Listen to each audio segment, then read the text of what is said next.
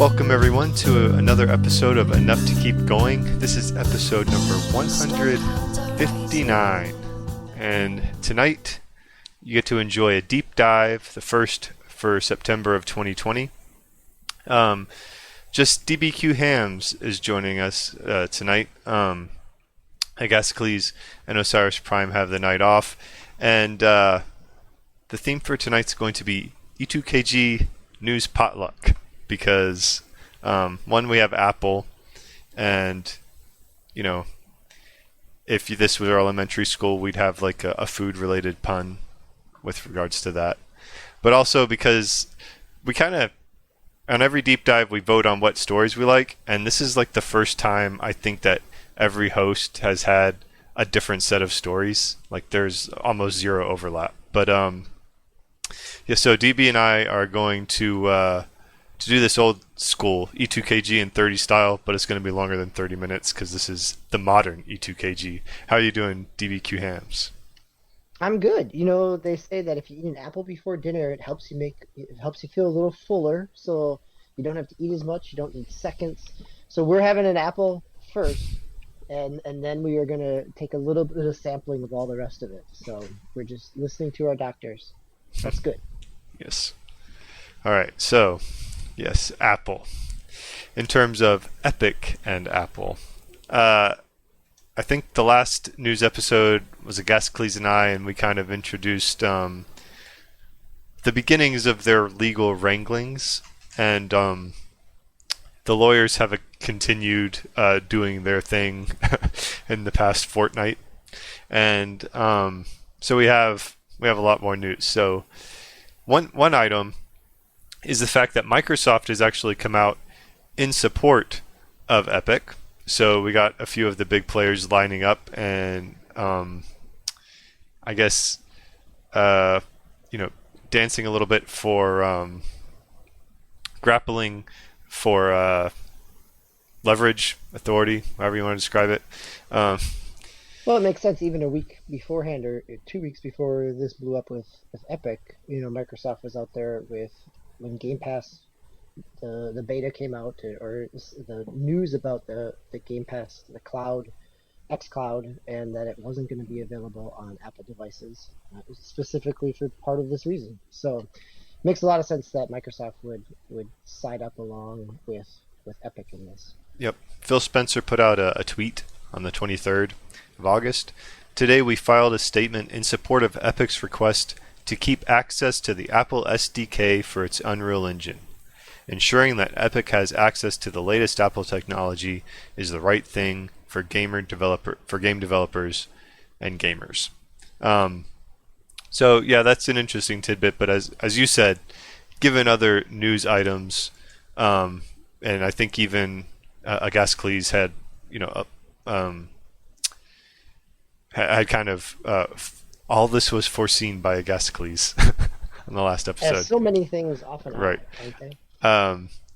It's not that much of a surprise. But that's not the biggest news with regards to Apple and Epic. The actual deal with Fortnite on Apple devices, there was a lot more on that front. So basically, when we last left,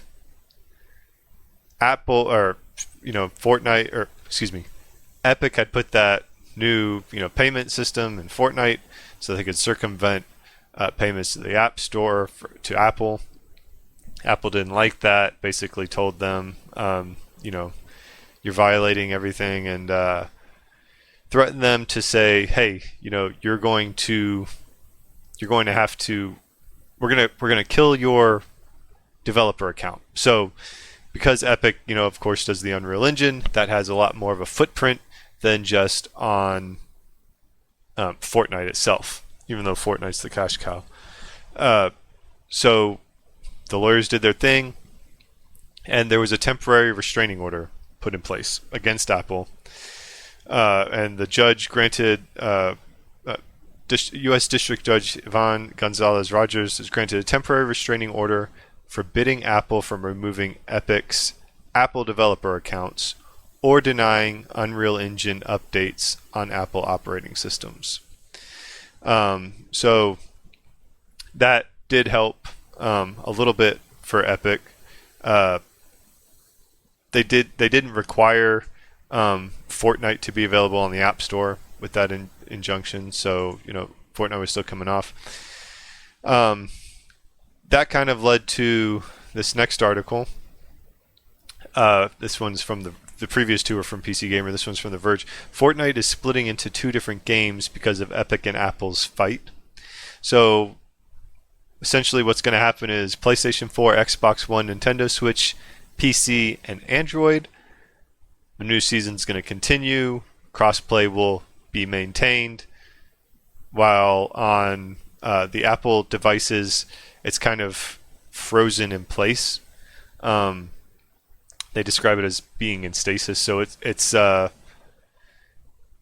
basically going to be stuck at. Although Fortnite players on Apple devices won't get any new content arriving after Thursday, they'll still be able to play the game on the latest 13.4 patch that came out earlier this month. So, if you had it on there, you'll get to keep it, and you'll get to keep playing with other Apple folks, but that's about it.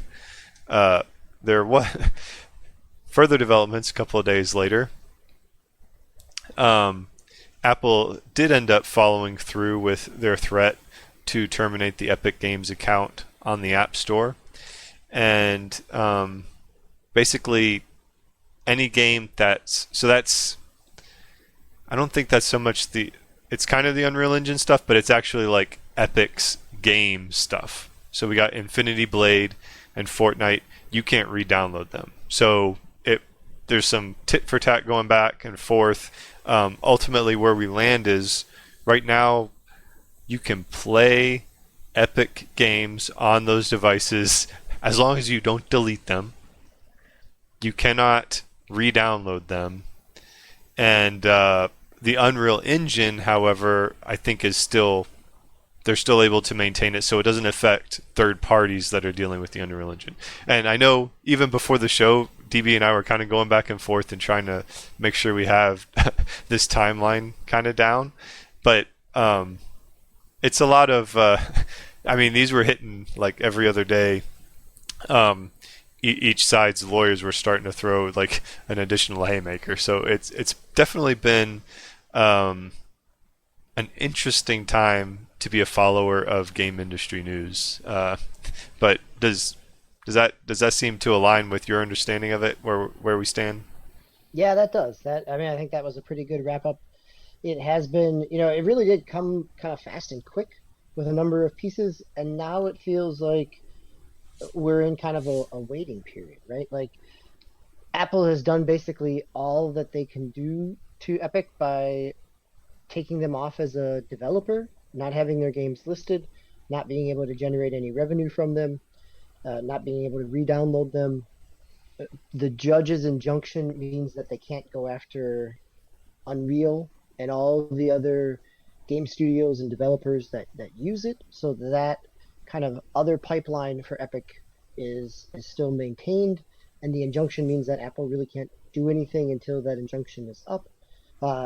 So now, in some ways, it's a matter of legal process. There's not a whole lot more that Apple can take away from Epic. So I think we'll have probably a quiet period because it's going to take a while before these hearings, before any evidence is presented. So it will be. Some stories that I've read seems both Apple and Epic have proposed different timelines. One's more in like a 6 to 8 months, and one's more of a year. So we'll see kind of where this actually lands.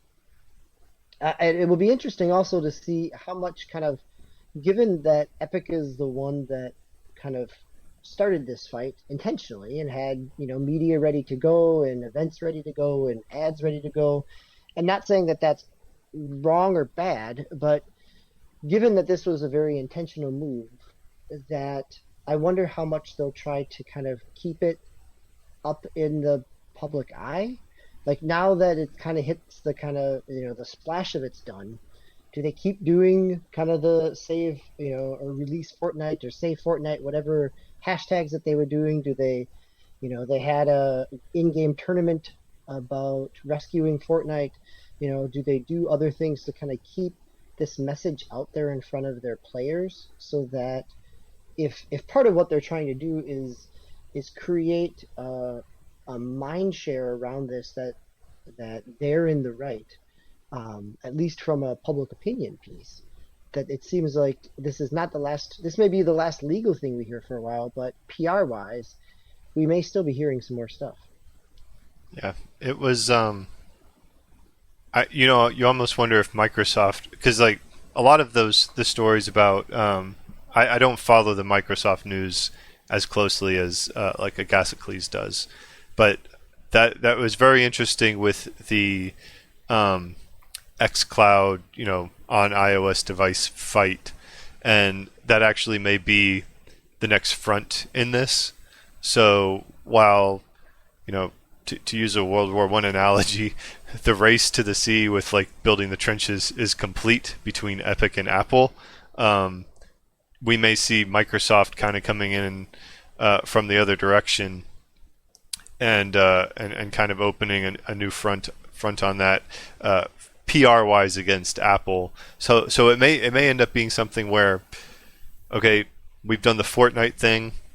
Now we're going to get xCloud and try to give Apple another PR black eye, and then it'll also remind people about Fortnite. And as events warrant, as events, further events come on, Epic may take center stage again with that. But yeah, I can't, like you said, because they've already done so much. when they kind of, like you said, they kind of picked this fight. You got to think they have a long-term plan. You got to think none of this was a surprise. I mean, I can't imagine it was. No, right? I mean, you don't put together an ad like the 1984 send-up ad just on the few hours between the the fact that their store goes up. They had their information within the game, right? It's not a store, but they gave you an alternative path to the Apple Store, and when it got slapped down. So yes, this is all very coordinated. I think the judge even mentions that in the article, right? Like that this was a deliberate. This was Epic's choice in terms of putting up the alternative monetary path. But at the same time, as the judge had said, that the larger ramifications of getting rid of Unreal hurts the marketplace in a much greater way, and a number of other developers who would not and were not doing this intentionally. All right, so like as you alluded to, pretty sure we're going to be talking about this for several deep dives yet to come. That sounds about right. So let's go on and keep on moving on down the list. All right, now we're into the potluck. That was the appetizer. That was like DB said. That was the tidbit. But now we're going to dive into the fun stuff. All right, first story. I'm not sure who voted for it. These are all mixed up, by the way. I'm not sure who voted for what, but everybody got a little something. So this is Microsoft's latest, The Initiative. And I got this story's from WCCF Tech. Microsoft's latest, The Initiative, hires include the Avengers director and the Destiny 2 head writer. So that would be narrative lead Christine Thompson and Playground Games lead UI designer Richard Burns, as well as Marvel Avengers director Remy Lacoste. So I feel like we have these stories like all the time with Microsoft. Like they're always seem to be like poaching people and pulling people in and saying, yeah, we're really going to try to start hammering these first party games. At least it feels that way to me, and maybe there just hasn't been enough time for some of this stuff to really percolate. But this definitely feels like a very Microsofty news story that we've had. I'm more interested in what it means about regarding the the game studios that they're leaving. With the Avengers, that's almost ready to be released, right? Like what this Comes out, September? well, it's already out and live. The base edition comes out tomorrow, but the Okay, pre-order deluxe edition's been out this week. So so yeah, that's already the director's kind of crossed the finish line with right that. as far as when what this is done, this makes sense. With Destiny 2, um, they just did this whole new roadmap of content mapped out for the next 3 years. So that's a little bit more interesting.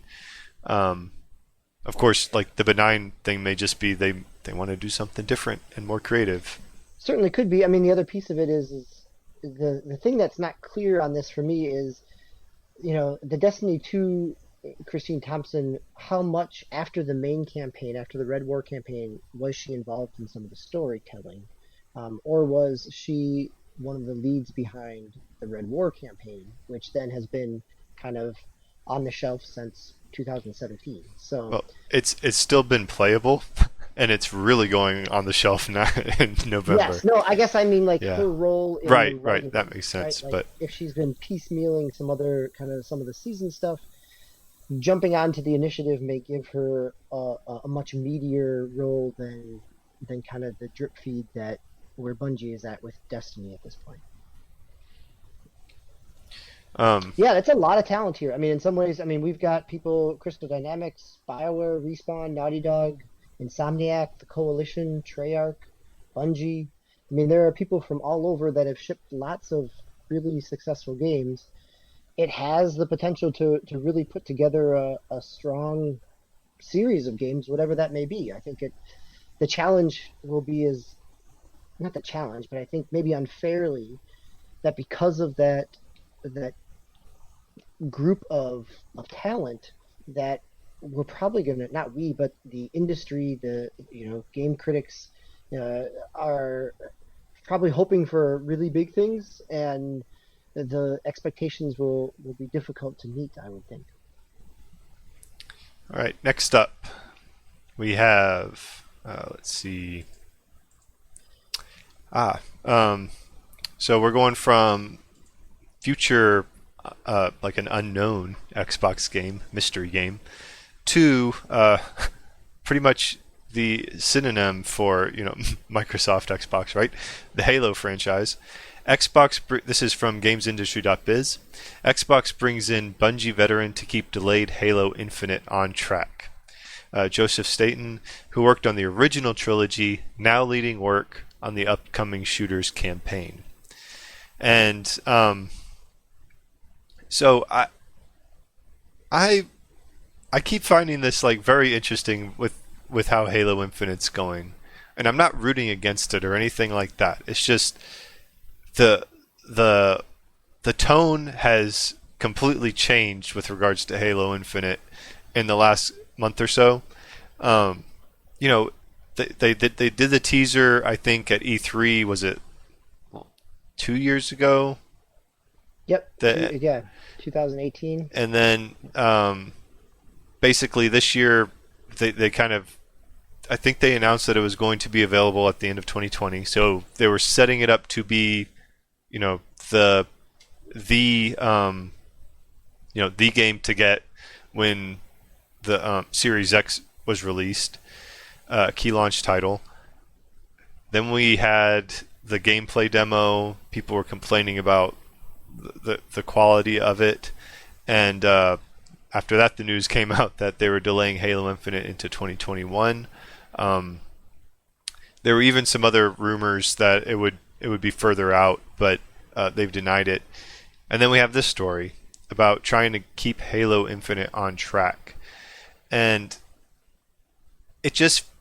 it feels odd if the game was really slated for, fall 2020. I don't understand how bringing in somebody like to be a lead for the single player campaign now makes any sense unless they're really going back to the drawing board for some things. Um, it kind of raises some red flags for me. Well, I think red flags are all over this in some ways, but it also isn't that surprising to me because in 2016, Microsoft brought Rod Ferguson back to the Gears of War franchise as a closer for the Coalition as they were wrapping up Gears of War 4. So this feels very much in that same idea, like they're coming out getting a Halo vet, somebody who worked on the original trilogy, who's actually has been at Microsoft in some different capacities. He's been working on a couple other projects. He was on the, as you said, the Don't Tell Me, or the Tell Me Why on with Don Don't Nods.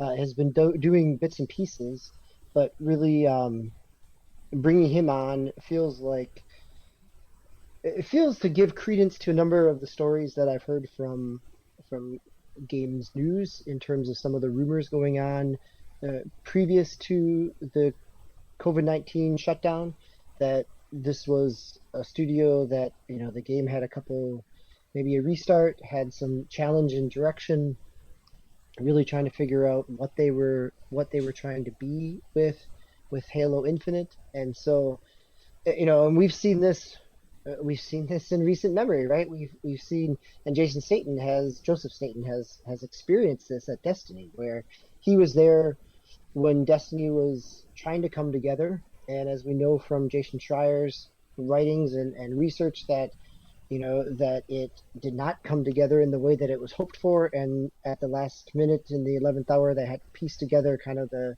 campaign out of existing content. We have Jason Schreier's work on BioWare and Anthem, and how Anthem was a gameplay hook in search of a game, and that they really struggled with trying to figure out what that game was, how to pull it together. And in Anthem's case, they didn't have a closer, or at least a successful closer, who brought them across the finish line in a meaningful way to the marketplace. So this feels kind of in that same, especially if Halo Infinite really is a live service game, that having somebody who's had some of that experience, how do you build those hooks into the single player campaign? How do you keep people focused? It's good news to me as somebody who wants to see this game do well, but I also agree with you. Like, it feels really kind of there's got to be more to the story, and it's going to be really interesting when it comes out, because if this really was a November 2020 initial release, it must have been on a hope and a prayer that they were going to get things finished, or that they were hoping that they were in enough of a right direction to show what they showed in July, and that turned out not to be the case. All right, so next up. All right, so that was the job market segment. We're on the coming soon segment of the potluck now. And all right, I know that Osiris Prime did this one, but it also caught my eye. This is from Cord Cutters News, which this may be the first time that E2KG is quoting Cord Cutters News, so it's a banner episode. Please, download a copy and archive it for future reference. But the Atari VCS console gets Plex support ahead of 2020 launch. And there's a couple of things about this story that interested me. First off, that the console still exists and has a 2020 launch date. I haven't been keeping up with it, but it's still out there. And this article even says the $399, the $400 console itself boasts an AMD Raven Ridge 2 APO and 8 gigabytes of upgradable RAM. I was like, whoa, dang, $400. But yeah, that was my thought too. Like, man, $400 for this, and all we know that it's going to do is be a Plex server to watch movies that you already own, because we don't know what type of games are going to be on here. Right. This is the well, I shouldn't say that. This would be wonderful if this is successful, but it sure does not seem like they have a marketing plan in place to help it be that way. As someone who, I have a Plex Pass, so I paid the lifetime membership for Plex. Yes, it is something where you stream your own content. I don't think that this thing is going to be able to store your stuff. It's just going to be, what the last stop plugged into your TV.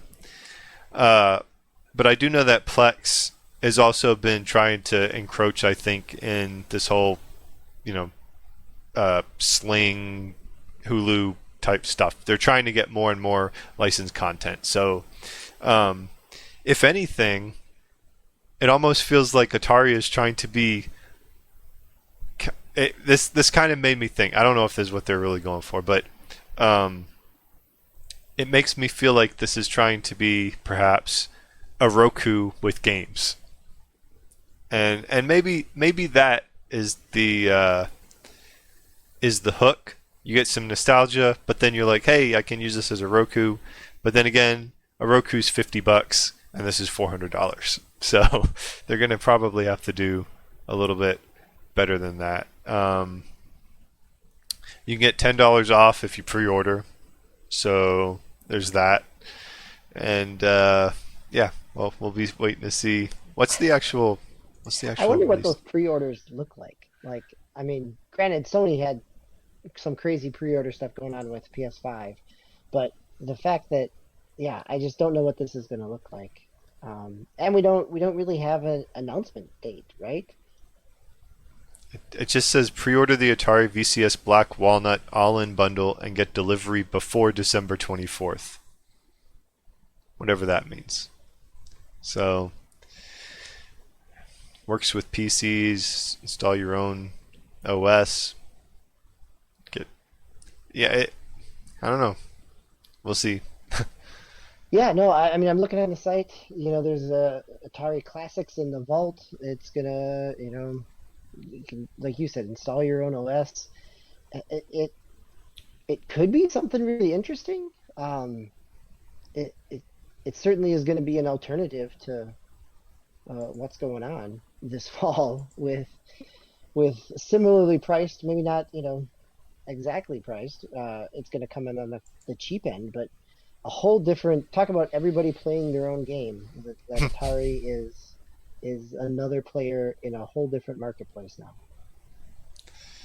All right. Next up, I think we have a couple of comic-related titles. So I think I'm going to let you introduce these because one, I think you were the one that picked them, and two, you're more in that world than I am. Sure, yeah. As somebody who has subscribed to DC Unlimited and now is seeing it go away as all of its media is merged up with HBO Max. We had the DC Fandom that came out a week or two ago at this point, and there were a number of movie trailers and other announcements, but we got two games. We got the Warner Brothers Montreal game that has been rumored as a Court of Owls game, so it's it was part of a storyline at the launch of the New 52 with Batman, but in this game there is no Batman. Batman is dead. Whether or not he actually stays dead, but I think the hook for this game really is that you get four other characters. You get Nightwing, you get Robin. Not sure if it's Tim Drake or Damian. You also get Batgirl, which is clearly Barbara, and you get Red Hood. But it can be played multiplayer, can be played co-op in multiple areas of the city. It looks very much like the classic Arkham games, but the combat's the fluidity of the combat is different because each character plays a little bit differently. Each character's got a little different moveset, some different navigation, some different types of attacks and weapons. And it also has, we saw there was an 8-minute gameplay piece. It also has a lot of numbers popping off people. So there's some gear, there's some loot. It's being some of that aspect, as well as we were just talking about the Marvel's Avengers game coming out this week.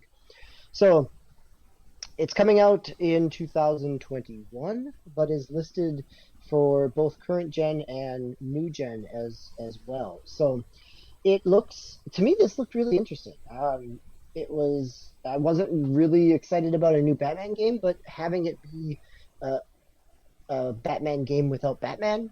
Allows a little more diversity in terms of what the game might end up playing like, because you're going to end up having different characters and different builds.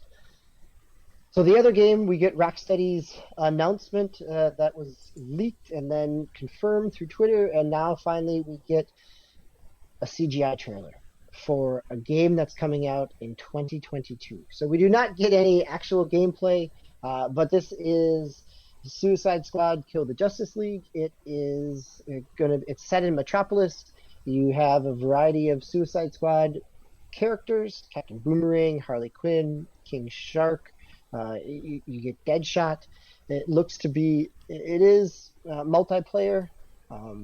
It does have, at this point, we didn't see any gameplay. We get kind of a tone piece. It also looks to be in a little more, some of the comments about it being in first person, getting a little more, a little different style of combat in there as well. So, but what this is now in the second half of 2020 and what it ends up being by the time it launches in 2022, I'm sure we'll see lots of iterations, or we'll hear a little bit more about it next summer, and probably we won't see much until the summer after. So what it actually comes out to be will be interesting. So those are the two stories that came out of the DC fandom. Well, real quick about one is go ahead. Real quick with that one. The one thing about the article, it did mention that this is the first new game from Rocksteady since 2015. What else have they been working? What have they been working on since then? I think that is a very fair question. So, some of the speculation that I've read and heard, there's been speculation out there for a while that Rocksteady was working on. It's been probably 4 or 5 years now that there was some speculation that they were trying to work on a Superman game, and it doesn't sound like it ever really came together. But that may also be why this game is set in Metropolis, because they had lots of Metropolis assets. It also maybe why that we know that there's going to be an evil Superman, because they've got lots of Superman assets and some physics, but maybe just couldn't, going back to Halo closing the deal, maybe they couldn't quite figure out what that game was going to end up being. And so the Suicide Squad gives them something that's a little more, it came together for them as a game idea. So I think that is, maybe it's not a full restart, but it is a shifting of game design. Interesting. I'm sorry. What were you going to continue something about the DC? No, I think right now we don't know anything more than that. We've got 2 announcements and they're next year stuff, so we'll see what we get. All right. Okay. Now, here's the one that I wanted to talk about. Came out today. Nintendo fanboy segment of E2KG coming soon on the E2KG potluck. So awesome. I have that plush, but I don't know where it is. So for audio listeners, I just grabbed into my background a plush Luigi. Although we are going to be talking about Mario's 35th anniversary direct. So, although I do think it would have been pretty awesome if both E2KG hosts could have just off the cuff drawn some Luigi plushes simultaneously, and that's a missed opportunity. It is really. I do have a Mario hat somewhere from back when Nintendo had their Nintendo Club. It's in one of my son's rooms, I'm sure. So I could have broken that out for this segment. There'll be definite opportunities to snag some Nintendo merch some Mario merch, coming up in the next few months. So, yes, this morning, Super Mario Brothers 35th anniversary direct, and it's nice that we have 2 hosts that were actually alive and on this earth when Mario first graced. I'm pretty sure all 4 of our hosts were there. Yes. So, the joys of being an old man. Yes. There's a lot of announcements, some more interesting than others. I'll I got this from Nintendo Life. I'm going to hit some of the highlights on it. Super Mario 3D All Stars. I think this is one of the headliner stories. Optimized, so they did tweak some of the graphics and whatnot. Versions of Super Mario 64, Super Mario Sunshine, and the first Super Mario Galaxy will be available on the Switch in one package. I think this is pretty much... There was a lot of rumors coming that there was going to be like Mario Galaxy, perhaps Mario Sunshine, Mario Galaxy 2 all coming. So this is probably the culmination of that. Interesting that they didn't include Mario Galaxy 2. That's probably TBD. Saving it for another time. Yeah, my sons and I were just talking about that. Like, I was surprised that it wasn't there. I can see the symmetry of having one game per console, one game per generation, but it also gives them maybe a surprise drop at the end of Mario's birthday year of one more thing. The one thing though that was alarming with it, so there's a lot of interesting stuff. You can do in-game music and they have little bells and whistles for it.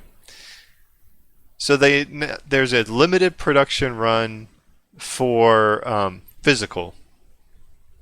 Okay, that's gonna kick off on September 18th, I believe. Okay, I kind of figured, all right, so they're doing something special with the physical copy, but they made it sound like the digital copy was only going to be available through March 31st, 2021 as well.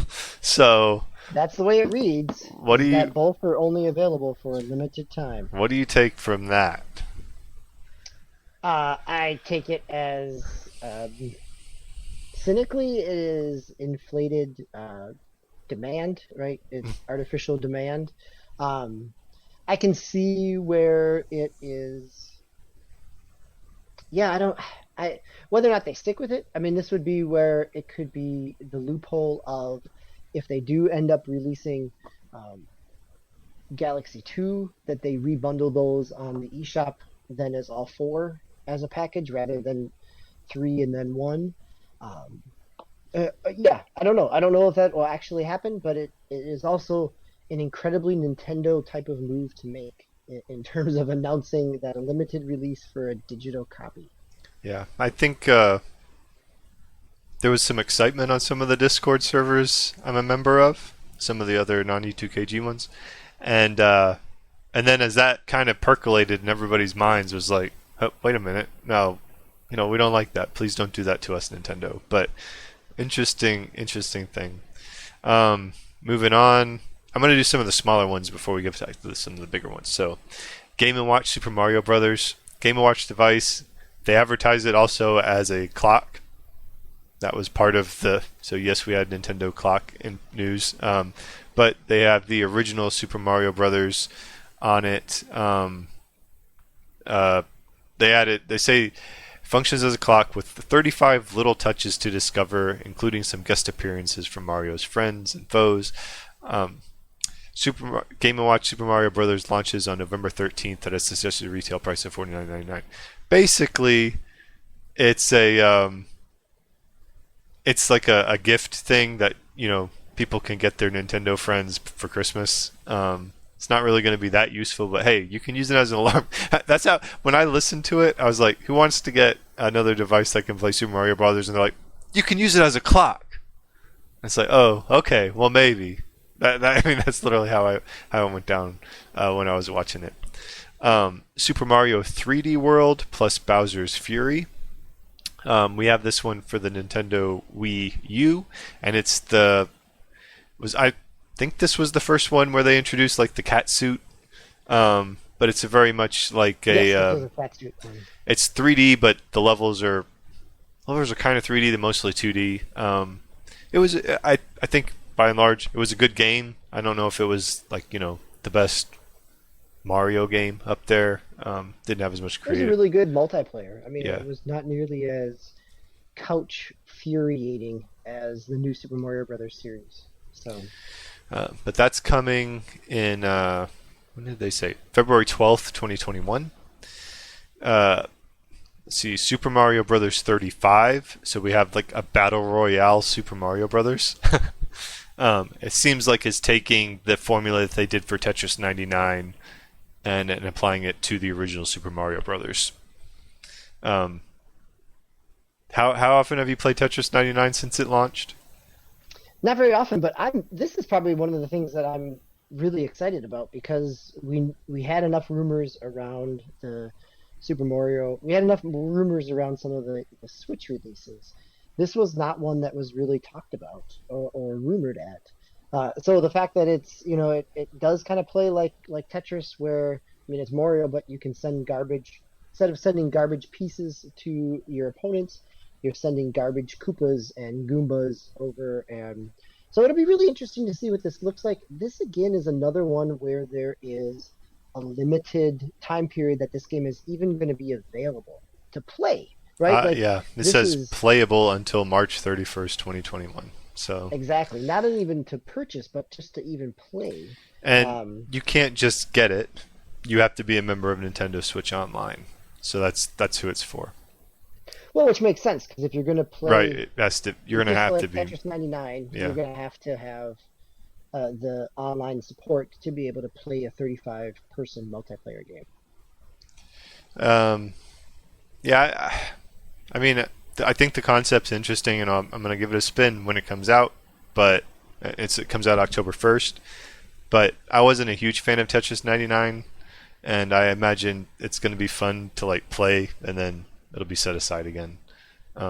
And then it'll go away forever apparently. So, uh, Super Mario All Stars. So this is the cart that I had when I was a young lad, and it has for the Super Nintendo it came out, but Super Mario Brothers, Super Mario Brothers Lost Levels, Super Mario Brothers 2, and Super Mario Brothers 3.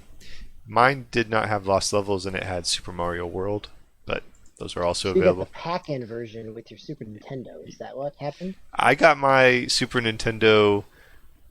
I don't remember how I acquired my Super Nintendo. I don't know. Probably. I know I traded my Super Nintendo for a Nintendo 64, and I remember calling the shop like every day that summer to see if they would take it because they could only carry so many in stock at one time. And they finally were like, "Yes, kid, you could shut up and leave me alone. You can trade your Super Nintendo in." And I remember buying the Japanese 64 controllers because they're identical, but the boxes were different. And it was like $2 cheaper. And I remember See, and I thought you were going to say you were calling to see if you could get it back after you traded it in for the N64. no, I knew that someday I would have a Super Nintendo Classic on an HDMI TV, and it would be unnecessary.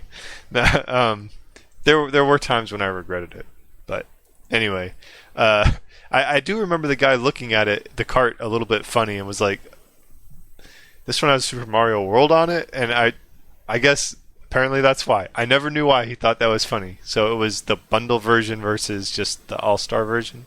I'm pretty sure. I know that there were two different versions of it. The original one that had that did not have World, and then I think it eventually came as a bundle as well. Okay, so that's probably it. Anyway, sorry for the segue. I'm reminiscing. It's the 35th anniversary of Mario, and I'm thinking about old Mario stuff. So I'm in line with what Nintendo wants me to be doing right now. I'm not going to apologize anymore. Super Mario All Stars. It will be on Nintendo Switch Online later today. So basically, they took those games because if you know, Super Mario Brothers is already on Nintendo Switch Online, and so what? Why would you get the Super Mario All Stars? Well, because they have 16-bit graphics. I guess that's pretty much the hook, right? Because are the Lost Levels currently on Nintendo Switch Online?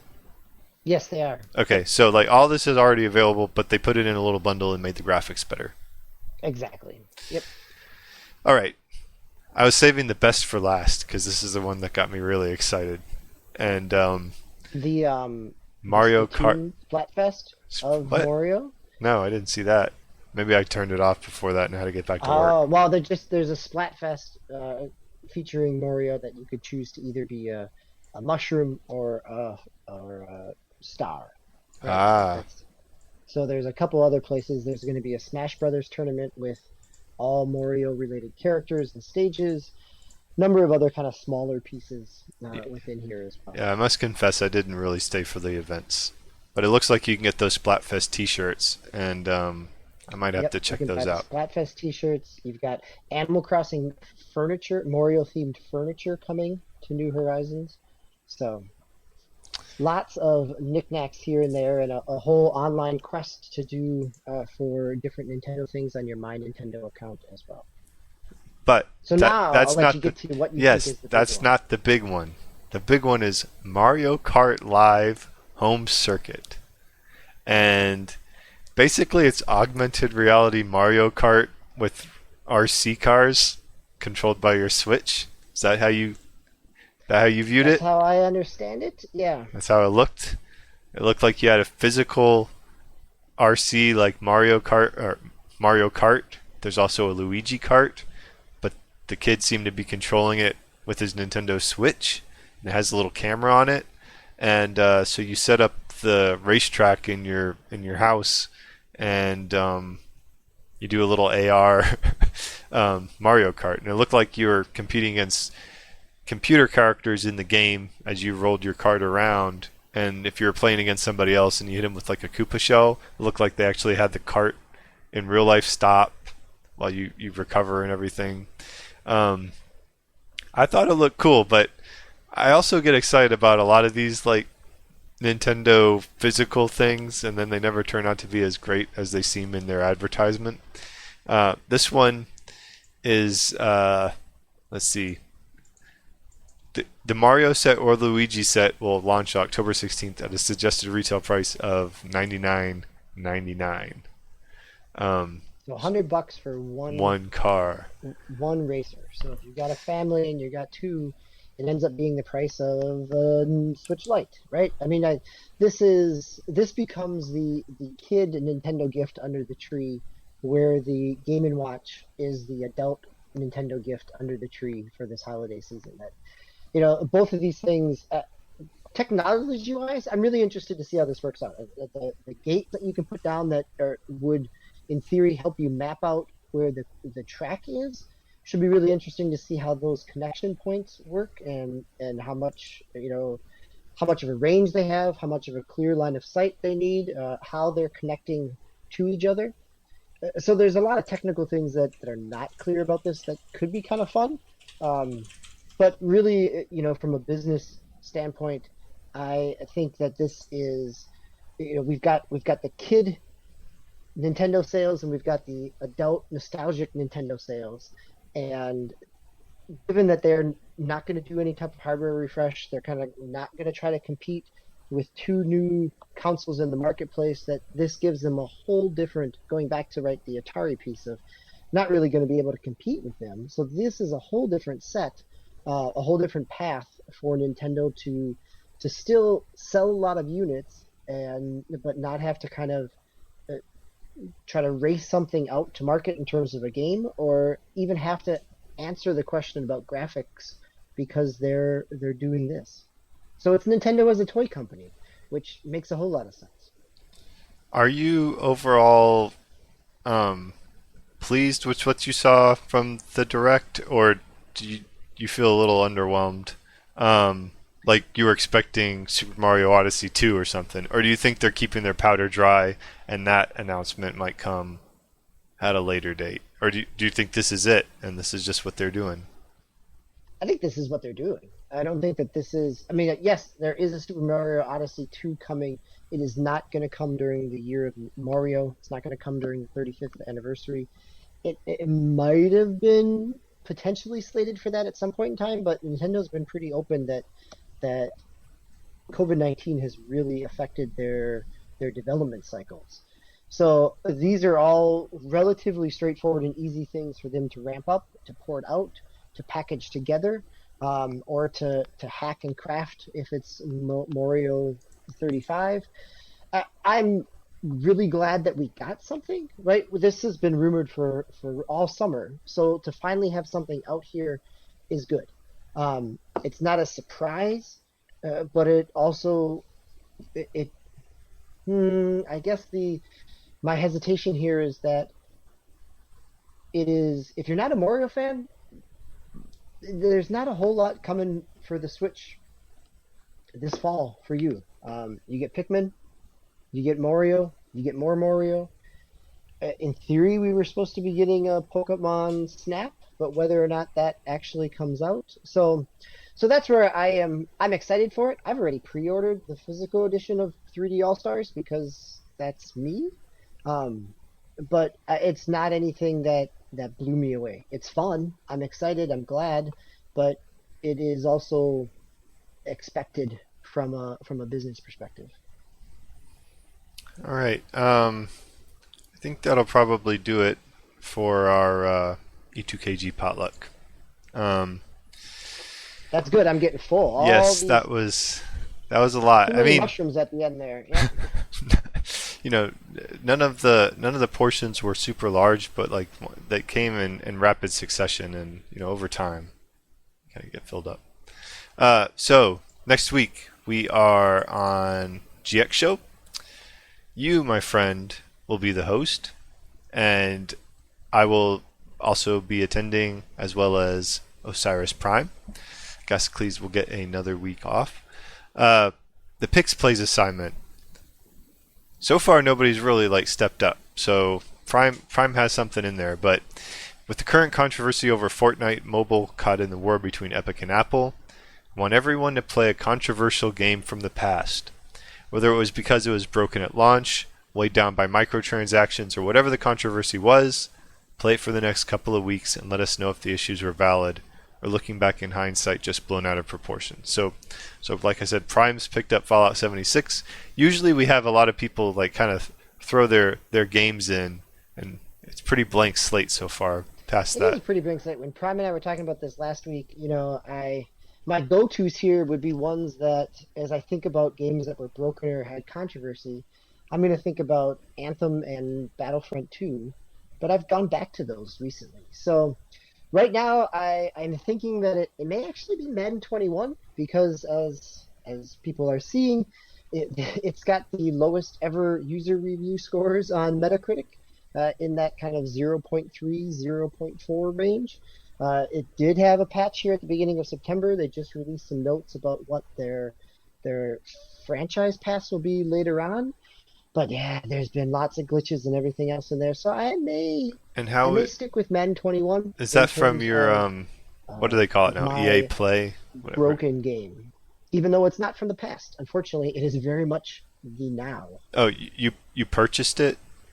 Purchased, or is it part of No, your? I played 10 hours on EA Access through Xbox, and then it came out right as my um, EA Play Pro Origin subscription was wrapping up for the year, so I had it on PC as well and had the chance to play a number of hours there. So got a little bit more time with it now that the patches come out, which has helped some things, but it is still very much an end of generation, resources were devoted elsewhere type of feel to it. So Well, so that may end up being my game, or maybe I I don't. just talked about all of it now and I have to choose something else. Nah, you'll be able to find some stuff, I'm sure. No, I think that's actually a very good one because yeah, he mentioned it being out of the past, but you talking about the lowest ever Metacritic score, I think this puts it on the board for, is this just blown out of proportion or not? And being able to answer that question, I think will be interesting. I saw that Metacritic story, and I actually held off putting it in the agenda simply because I figured somebody'd be bringing it up on a GX show, and we'd have a little Well, bit and more it's, I fruitful mean, we have to conversation clarify there. that yeah, right, yeah, I think, and we have to clarify that it is a user Metacritic score, not the kind of published site Metacritic score. So there is another whole piece of that in terms of a fan base that it may be fed up with it or is kind of mobilized to review bomb it, as we've seen on Steam as well. So there are multiple facets there. In Yeah. some, yeah. So yeah, I think maybe I will stick with that, and will give us something to talk about. Yeah, I'm having trouble thinking about this one too, just simply because all the games that I can think of, we've covered and we've recovered, and I don't, I want to try to do something different. So I'm not sure. I might turn in an incomplete. We'll see what happens. But that will be next week on episode number 160 of the Enough to Keep Going podcast. Until next time, have a good evening. Enjoy playing your games. Stay safe. Have a good night.